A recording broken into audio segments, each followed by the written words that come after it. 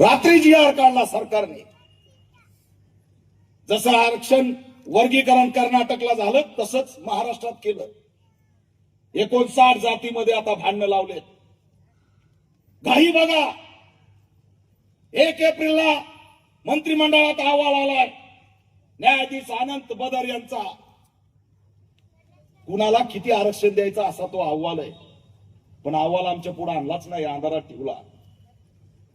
आणि काल रात्री जी आर काढलाय की तुम्हाला वर्गीकरण पाहिजे की नाही याचे निवेदन हरकती पाठवा. आणि शेवटची तारीख ठेवली 15 एप्रिल. किती एप्रिल? म्हणजे हा जी आर पडला हे सुद्धा समाजाला कळलं नाही पाहिजे. कारण का 10 एप्रिलला आम्ही पटाके लावतो, आमच्या विहारांना रंग देतो, बाबासाहेब आंबेडकरांचे पुतळे सजवतो, आम्ही आमचे बॅनर लावतो. आमच्या बापांनी आम्हाला 9वा जन्म दिला, त्यासाठी आम्ही झगडत असतो, आनंद उत्सव असतो. 11 तारखेला महात्मा फुलेंची जयंती करतो, 4 दिवस कार्यक्रम करतो, गावागावात मिरवणुका निघतात, अनेक व्याप आमच्या भीमसैनिकाच्या पाठीशी असतो. आणि या 4 दिवसामध्ये या भीमसैनिकाला कळलंच नाही पाहिजे की तुमच्या विरोधात जी आर आलाय. यासाठी 10 एप्रिलला काल जी आर टाकला आणि लास्टची तारीख ठेवली 15 एप्रिल.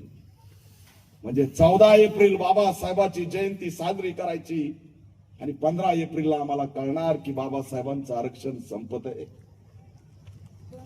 काही एप्रिल महिन्याची आता अध्यक्षांनी सांगितलं प्रतिक्रांतीवाले आम्ही गाफील आहोत, माझं भागलं, घेणं देणं नाही. पण हे आत्ताचं लेकरू या ठिकाणी आवाज करत होतं, ते मोठं झाल्यावर तुम्हाला विचारणार आहे की जी माझा बाप डॉक्टर बाबासाहेब आंबेडकरांनी मला आरक्षण दिलं होतं, ते आरक्षण कुठं गेलं? त्यावेळेस तुम्ही काय उत्तर देणार आहे?